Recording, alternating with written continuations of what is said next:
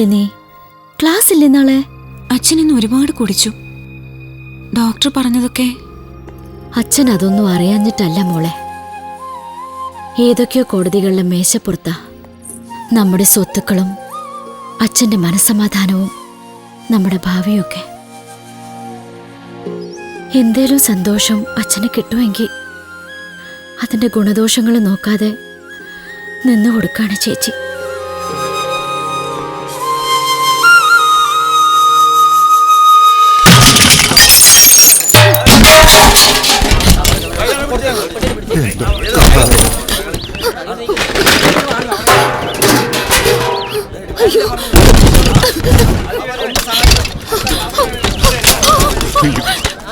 ദയവ് ചെയ്ത് ഇത് ചെയ്യരുത്. കുറച്ചു ദിവസം കൂടി എനിക്ക് സമയം തന്നാ മതി. ഒക്കെ ഞാൻ തന്ന് തീർത്തോളാം. ഒരു 5 ദിവസത്തെ അവധി. കർത്താവിനെ ഓർത്ത് എന്റെ കുടുംബത്തെ തെരുവിലേക്ക് ഇറക്കരുത്. ഞാൻ കാല് പിടിക്കാം.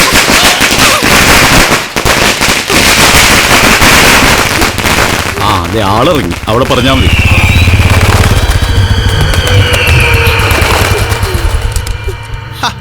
ഇത്രയും ചെറിയ ഏരിയ നിർത്താൻ ഇത്രയും നേരം വേണോടാ കുണ്ടന്മാരെ? പടക്കം പൊട്ടമല്ല ടപ ടപ ടപ നടക്കേണ്ട കാര്യങ്ങള്. പ്ലീസ്, ഞാനും എന്റെ കുടുംബം ആത്മഹത്യ ചെയ്യേണ്ടി വരും. ഇങ്ങനെ ചെയ്യരുത്. ആത്മഹത്യ ഇപ്പൊ നമ്മുടെ നാട്ടിലെ ഏറ്റവും വലിയ ഫാഷൻ അല്ലടോ. ജീവിക്കാൻ പറ്റാത്തവരൊക്കെ പോയി ചത്തോളുക. വെറുതെ നിന്ന് നേരം കളയാതെ പോയി ചാവടോ. പണത്തിന് അത്യാവശ്യം വരുമ്പോ ഈ പുരുഷോത്തമൻ തന്നെ വേണോ അല്ലടോ? കൊള്ളപ്പലിശക്കാരൻ. സത്യത്തിൽ ആരെയാ പറ്റിക്കുന്നേ? എന്റെ പൈസ വാങ്ങി കൊണ്ടുപോയി തിന്ന താനോ അത് ചോദിക്കാമെന്നോ ഞാനോ? താൻ പോയി ചാവടോ. ഞാൻ ഒരുപാട് ചാവടി യന്ത്രം കണ്ടതാ. വേടാ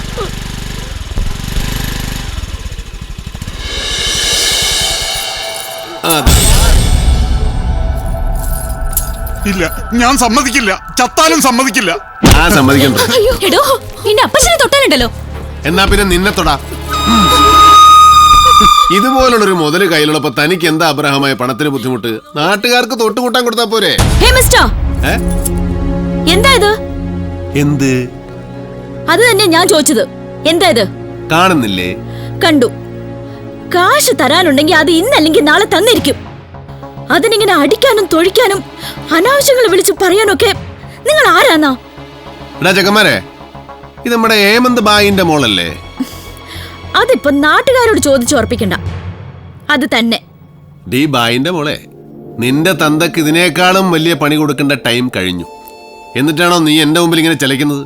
തരാട്ടോ, നല്ല ഖനത്തിൽ തരാം. ഇതാരാന്നറിയോ? ലച്ചൻ തരാനൊരു തന്ത. ചവിട്ടി കൂട്ടേണ്ട നേരം കഴിഞ്ഞിട്ടും വേണ്ട വേണ്ടെന്ന് വെക്കുമ്പോ മോള് ഫൂലൻ ദേവിയായിട്ട് ഇറങ്ങിയിരിക്കുക.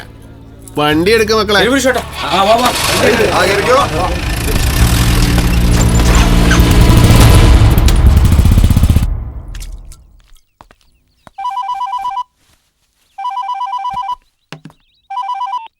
ഹലോ, ആരാണെങ്കിലും പറഞ്ഞോ.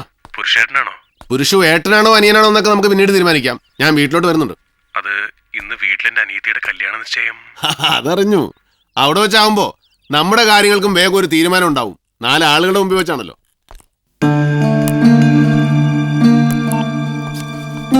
എപ്പോ വന്ന്? തുടങ്ങിയോ രാവിലെ തന്നെ കച്ചറ? ഒന്നും പറയണ്ട കുഞ്ഞുക്ക. പൈസ വാങ്ങാൻ വരുമ്പോ ആൾക്കാർക്ക് നമ്മൾ കൺകണ്ട ദൈവങ്ങളാ. തൊഴുത് തല നിലത്ത് കുത്തും. തിരിച്ചു തരാനും പലിശ തരാനും എല്ലാരും കള്ളന്മാരാ. പിന്നെ നമ്മക്കില്ലാത്ത കുറ്റല്ല. ഉള്ളപ്പലിശക്കാര്, കൊടുവാള്, ബ്ലേഡ്. പലിശപ്പണത്തിന്റെ സമ്പാദ്യം അത് എത്ര കാലം കൂടെ നിൽക്കുന്നു എന്റെ അനുഭവത്തിൽ നിന്ന് പഠിച്ചതല്ലേ. എന്റെ ഇടപാടും കുറിപ്പൈസയും പിരിപ്പിക്കാൻ നടന്നവരല്ലേ ഇയ്യു അസീസും. ഹോട്ടലും മരക്കച്ചവടമൊക്കെ ആയിട്ട് ഒരു ചെറിയ മുതലാളി തന്നെ ഇരുന്നോടോ ഞാനും. എന്നിട്ടോ ഇപ്പതാ ഒരു കാലിച്ചായക്ക് കണ്ടോന്റെ മുമ്പ് കൈ ഇട്ടാണ് ഞാൻ. എന്തേലും ആവശ്യമുണ്ട് എന്റെ അടുത്ത് വന്നൂടെ? എന്താവശ്യടോ? എന്റെ കാല് മുറിച്ച് മുട്ടോളം മുറിച്ച് ബാക്കി പഴുപ്പ് മേലോട്ട് കയറാൻ തുടങ്ങി. എന്റെ കാലിന്റെ കുറച്ച് വേദന ഈ സഹിക്കുമെന്ന് വെച്ചാൽ എന്നെ കൊണ്ട് പറ്റുമോ?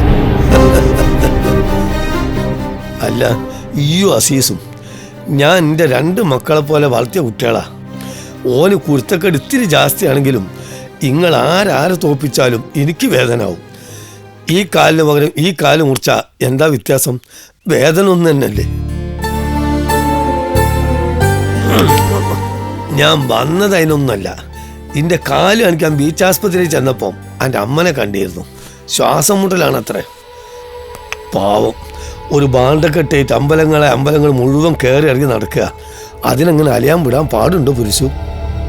അത് അലയേണ്ട ജന്മ, അലഞ്ഞു തന്നെ തീരണം. കുഞ്ഞച്ചാ, വേഗം ഊണ് റെഡിയാക്കി കൊടുത്ത് വിട്ടാ മതി കുഞ്ഞിക്കാനെ.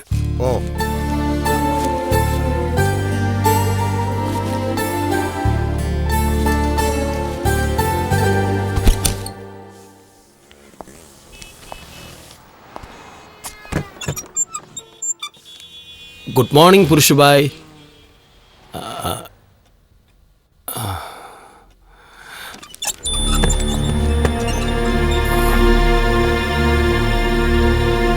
ഞാനൊരു ഗുഡ് മോർണിംഗ് പറഞ്ഞു. അതിന് ചെലവൊന്നുമില്ലല്ലോ, വെറുതെ പറഞ്ഞിട്ടാ മതി.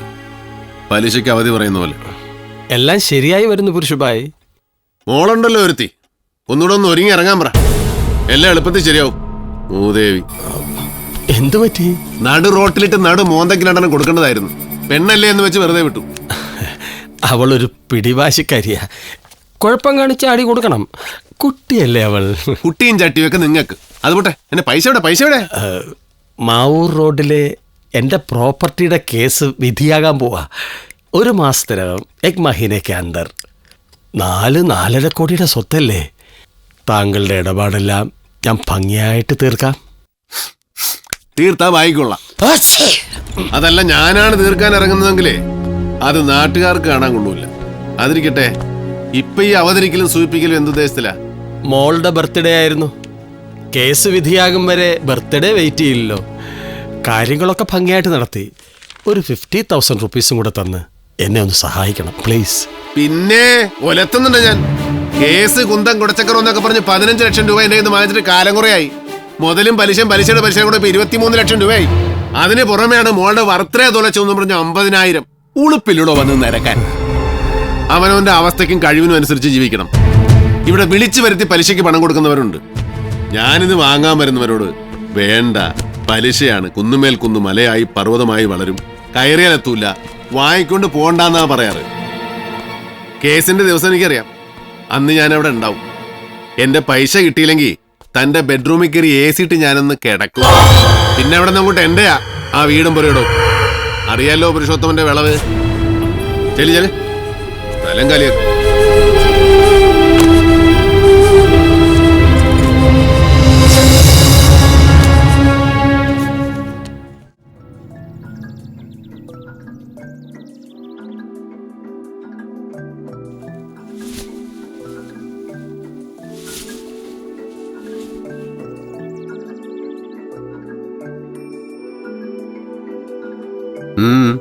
പുറത്ത് ഞാൻ പുറത്തു കൂടെ എന്റെ പുറത്ത് കയറണം. പുറത്തമ്മ. ആരമ്മ? 3-4 കൊല്ലായില്ലേ എന്റെ മുതൽ നിന്ന് എന്റെ കൂടെ. എനിക്ക് അങ്ങനെ ഒരു അമ്മ ഉണ്ടോ? മരത്തലയും നസ്രാണി. ഒന്ന് കാണണമെന്ന് വലിയ ആഗ്രഹമുണ്ടെന്ന് പറഞ്ഞു. ആഗ്രഹം? പണ്ട് ആഗ്രഹം മൂത്ത് കയറ് പൊട്ടിച്ച് വേലി ചാടിയന്റെ പലിശയായി ഞാൻ. കുഞ്ഞമ്മ എന്നാ കുട്ടിക്കാലത്ത് ആ പെണ്ണുങ്ങൾ എന്നെ കൊണ്ട് വിളിപ്പിച്ചിരുന്നത്. വലിയ മനുഷ്യന്മാരെ പറ്റിക്കാം, അത് മിടുക്ക്. അത് ഞാനും ചെയ്തിട്ടുണ്ട്, ചെയ്യാറുണ്ട്. പക്ഷെ കുഞ്ഞുമക്കളെ പറ്റിക്കരുത്. ആ തള്ള എന്താ കരുതിയത്? ഞാൻ വല്ല ഓവുചാലിലും വീണ് ചത്തുപോകുന്നോ?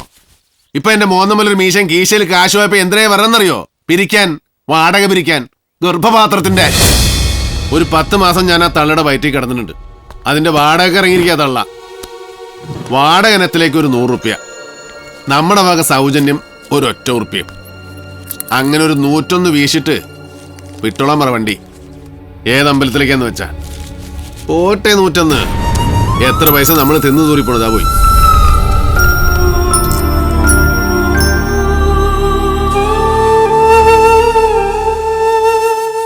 അവിടെ ആകെ നട്ടപ്രാന്തെടുത്തിരിക്കുക, കാശും കണക്കും കാര്യങ്ങളൊക്കെ ആയിട്ട്. അതുകൊണ്ട് നിങ്ങൾ കാണണമെന്ന് പറഞ്ഞ കാര്യം ഞാൻ പറഞ്ഞില്ല. പറഞ്ഞാലും വരില്ല, മുഖം തരില്ല. ഒരമ്മയും മക്കളോട് ചെയ്യാൻ പാടില്ലാത്ത തെറ്റാണല്ലോ ഞാൻ എൻ്റെ കുട്ടിയോട് ചെയ്ത്. എന്നെ കാണാൻ വരില്ല.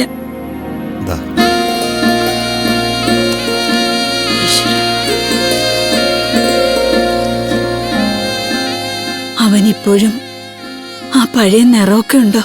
ആ, തൊലിപ്പുറത്താ നിറമൊക്കെ ഇപ്പോഴും ഉണ്ട്. എന്റെ കുട്ടിയുടെ അകവും പുറമൊക്കെ ഒരുപോലെയാ.